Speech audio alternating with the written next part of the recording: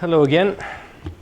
So this all started a few years ago with feedback from our users. And what they said was that sometimes the possible values for attributes or elements don't come from the schema, but from an external data source, like maybe a database or a file of some sort. And maybe even from the XML document itself, some IDs or something. And back then we already had a solution to this. We had a Java extension named Schema Manager Filter, and using this extension one could intercept the content completion and add new values or remove the existing ones, so it had a lot of flexibility there. But the problem is that writing Java code is not as fast and accessible as writing an XML file or an XSLT. So having that in mind, we've created such a filter implementation ourselves that read an XML configuration file, and in this configuration file you could either give values explicitly, like this in this structure, or you could provide an XSLT file, and this XSLT file would be executed, and maybe you could connect to an existing database through REST API, or maybe write a configuration file from somewhere, and then it would provide back the values in the same XML format. Eventually this implementation was absorbed into oXygen. So now if you want to use this, all you have to do is to use this template that we provide, the content completion configuration, and create such a configuration file. This configuration file has to be saved with a predefined name, it says here. And after you build this file, maybe just give some values, maybe specify an XSLT file to be invoked, you have to save this file inside your framework and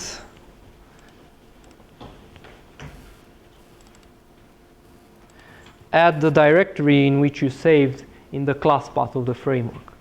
And that's all you need to do, and we'll automatically detect it and execute it. So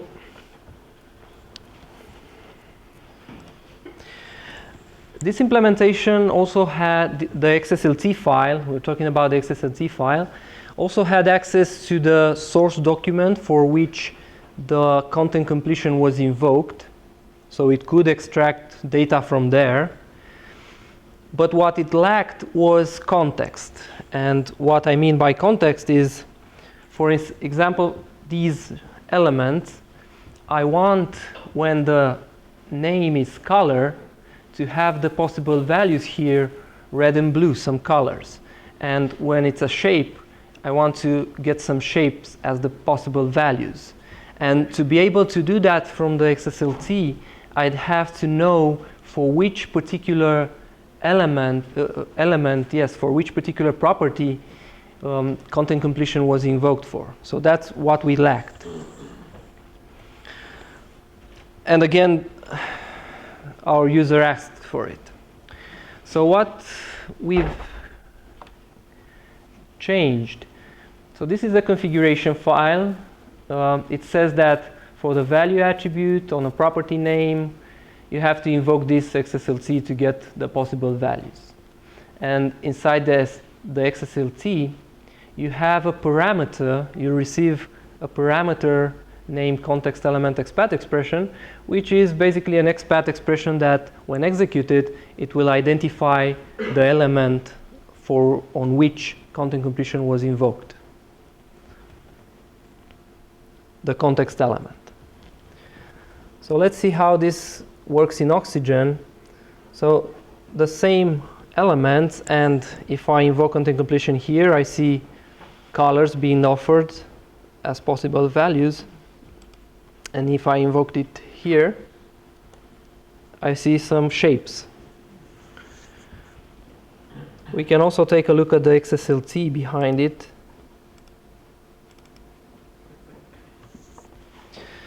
So like I said, this is the expatExpression that will identify the element.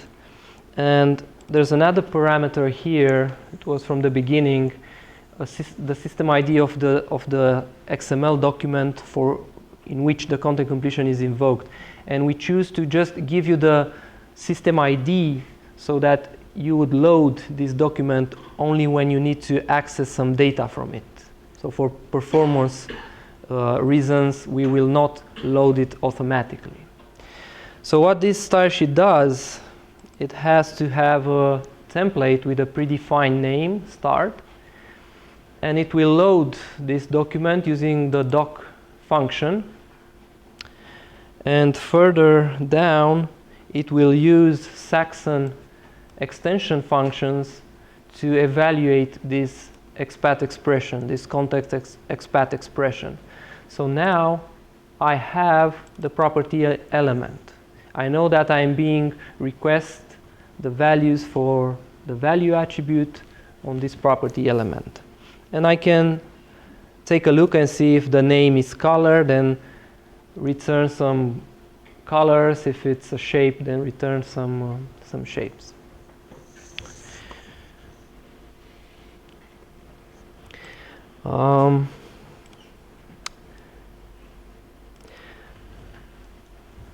Another interesting feedback that came after we presented this implementation said that, for example, you need to get these values from a database, and there are a lot of values.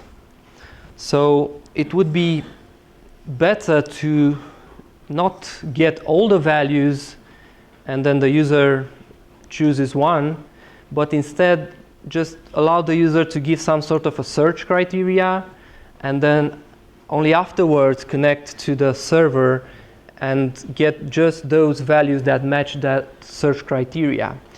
And using this expatExpression, context expression, and this filter implementation, I can do something for this use case. So for example, let's assume by default that I get a lot of values here. But I can just put a search criteria here. I can press search, and then I'll just get those entries that will match this search criteria.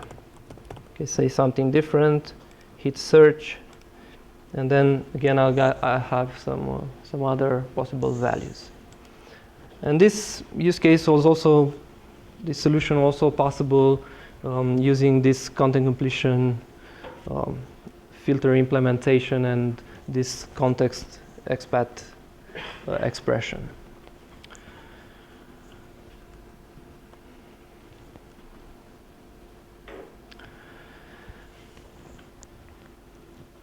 Another question that came from our users after presenting this implementation was, how about restricting elements? And our first reaction was, why would you need that? You have the schema. You can specify in the schema if this element should have these particular children or not. But apparently, sometimes people can't touch the schema, or they don't want to touch the schema. And for example, let's take the data XML vocabulary, which by default is quite big, so it has around 100 elements, but it has a restricting or specializing mechanism, and one should use this mechanism before starting to use data and just pull out of this big monolith just those elements that it should use. But again, people don't do that, and they start working with a whole monolith, and afterwards they struggle to restrict their authors to just always use a P element inside a list item, or inside an entry of a cell, always put a P element there. So we decided, okay, let's do this. It will help. But the next question was how to do it, because we don't actually want to invent a new schema language in our configuration file. So that much we knew, that it should go in this configuration file. So what we came up with was something like this. So this will be available in oXygen version 18. I forgot to mention that. So now in this configuration file, you can use an element proposal, and you can either filter globally like this. So here I'm saying that in my entire document, I'm just allowing these elements. So this will be like a filter over the information received from the schema. So oXygen will invoke content completion in a context. Based on the schema, some proposals will be obtained, and we will keep from those proposals only those that match this criteria here. Or you can filter locally by giving a path like this. So in this example, I'm saying that for a short description inside the topic, just allow a bold and an italic element to be inserted. Let's get a feeling how this all works.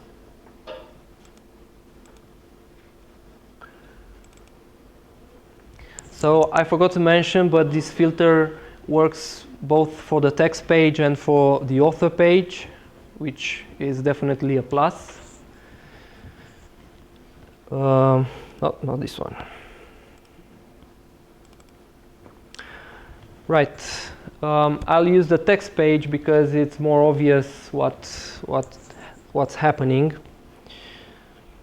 And I'll open my configuration file.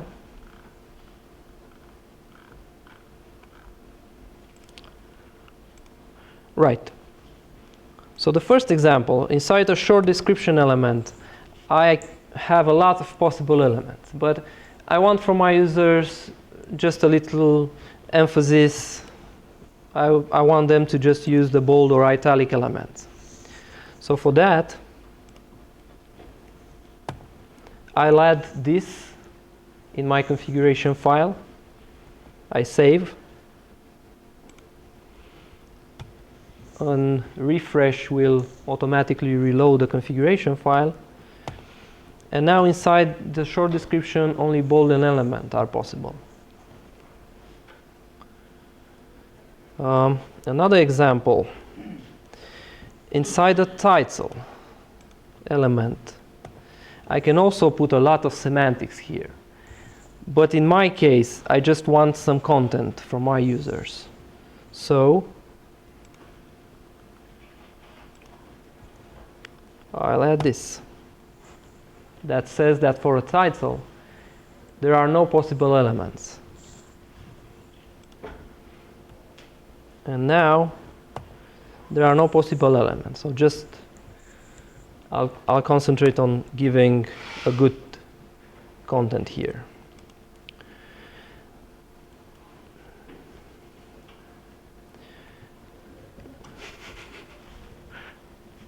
This kind of gives up the surprise, but another request from our users. So for example, when I'm inserting a prologue element, I want it to automatically come with this subtree, this structure. Because in the prologue, I usually put the author and 2 keywords as the metadata. And this is not something new. It was there in oXygen. So in oXygen, you can tell it to use the schema information to automatically build the subtree, but it might not always be what you desire, because the schema might have choices, and if it's too complex, then maybe you'll not get what you desire. So what you can do now is you can use this configuration file to instruct it to build this subtree like this. So for the prologue, I say to automatically insert an author and a metadata. And for the metadata to put a keywords there, and for the keywords to put 2 keyword elements.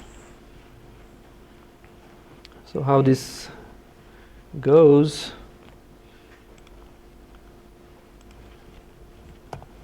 I activate these entries in my configuration. Oops, not these ones, these ones. Again, I refresh. And now if I put a prologue here, it comes with the entire structure.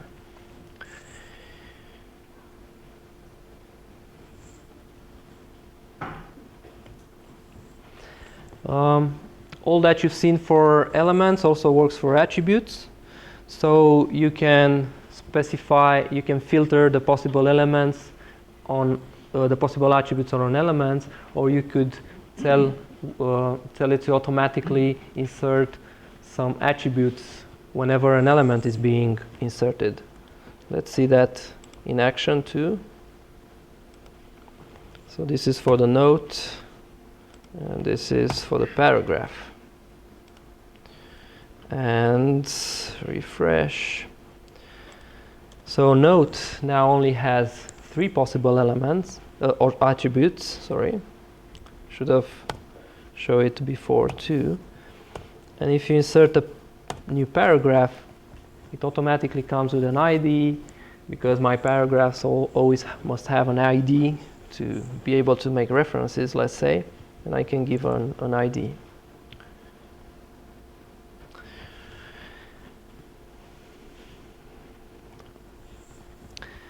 Another feedback from our users, this time concerning the author editing mode.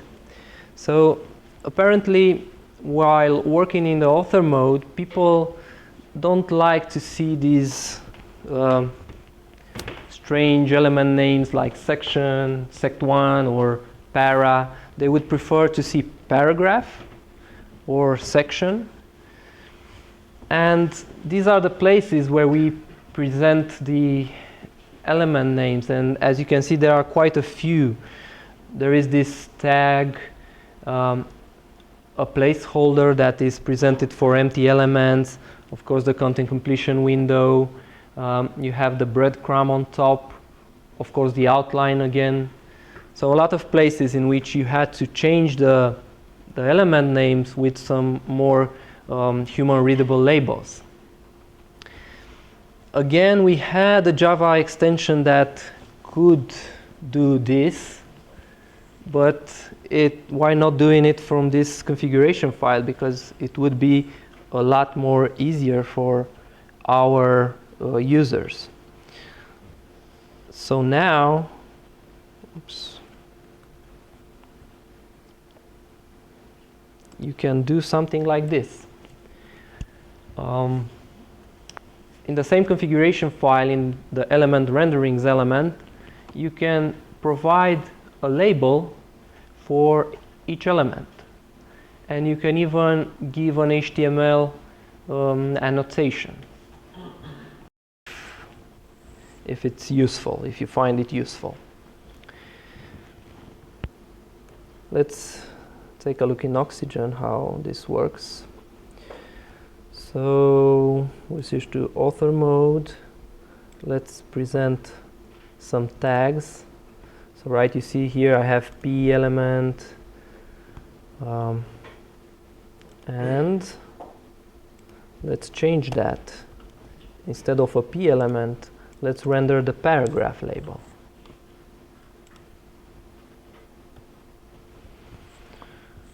Right, so it changed in all these places that I presented earlier.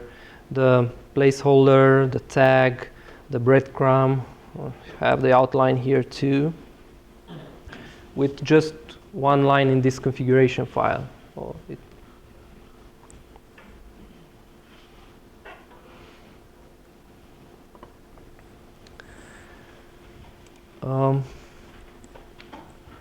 Again, if we are to talk about data, the data consortium also identified this problem with data that people start with the whole thing instead of specializing it. So they've created this lightweight data, which from the whole 100 elements, they retain just 27 of them. And the same for attributes. And as a proof of concept, we've tried to build something similar using this configuration file. And of course, it's not yet complete, but it only took an element proposal, and we restricted the possible elements to just these 27 elements, and the same for the possible attributes.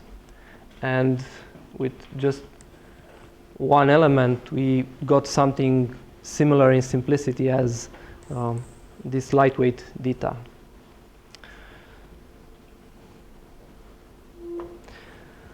Thank you. If you have any questions about this, I'll be more than happy to answer. No? Everything was crystal clear?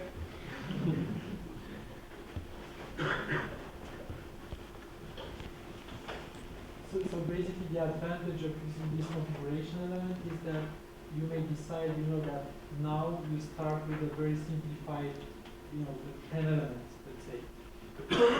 You just have that configuration file that filters the 100 plus elements to 10 elements. But you may not want necessarily to have a new DTD or a new schema, because then you will have, when you add a new element, what happens? You evolve that schema, or this may be specific for a specific group of users that just start. And they may be exposed with some documents which are still valid but contain other than those 10 elements. But it's valid, you don't want them to see everything in red, invalid and so on. So it's a layer that allows, let's say, to start, to get new people to start with XML, but don't give them the entire set of elements. If you have clear requirements that you can customize the data schema or tofu schema to your specific needs, that's fine. But otherwise, it may not be easy. And for data, for instance, the specialization process is not a very easy process. So, while in this case, you just write in the configuration file a couple of entries, then you get the same result. Yes. This is great. This is really perfect. Thank you very much for that. And do you think about a multilingual version of the labels of the labeling of the elements? Well, I don't think we have, but it's a good thing you've mentioned it now, because there's still time till version 18. So please do this. Okay. Right now, what you can do is to have, like a language-specific framework. Yeah. And then you come with a configuration-specific file. With more configuration files. Yeah. Yeah. So for each language, and then just yeah. use one for German, one for French, and so on. The good part is that I think this will work also in the web author, because everything that is done on the core level is automatically the same engine on the web author part, right? So all these parts will automatically work in the web interface as well. Okay.